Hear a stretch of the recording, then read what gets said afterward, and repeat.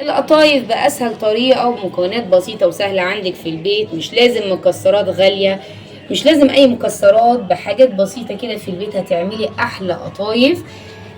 طبعا عشان تشوفوا الفيديو حبايبي اللي لسه بيشوفوا القناة لأول مرة، ياريت تشتركوا في القناة وطبعا فعلوا زر الجرس عشان يوصلكوا كل جديد من وصفاتي، وطبعا اللايك الجميل منكم اللي بيرفع الفيديو على اليوتيوب.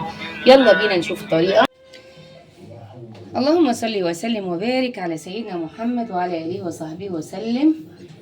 عاملين ايه؟ كل سنة وانتم طيبين. عندنا القطايف بقى. القطايف دي من بره، احنا عملناها قبل كده في البيت، لكن دي جاية من بره.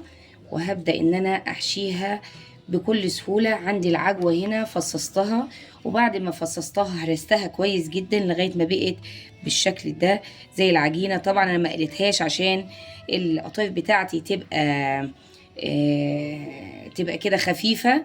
فهجيب القطايفايه كده بالشكل ده، وهعمل ايه، هجيب اهي اهو بالشكل ده كده.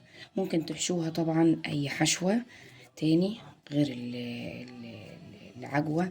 ممكن تحشوها مكسرات اهو، ممكن تحشوها جبنة. القطايف بتحشي جبنة عادي اهو بالشكل ده، تبقى جميلة جدا.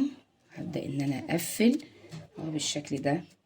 طبعا السيرب بتاع القطايف لازم يبقى كوبايتين من السكر عليهم كوباية ونص من المية، ولازم يبقى تقيل عشان تبقى القطايف بتاعتنا كريسبي.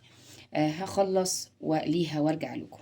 وادي القطايف بتاعتنا جهزت خلاص. بتقول كلوني كلوني. يا ريت تعجبكم الطريقة، ما تنسونيش في اللايك والشير والسبسكرايب. كل سنة وانتم طيبين.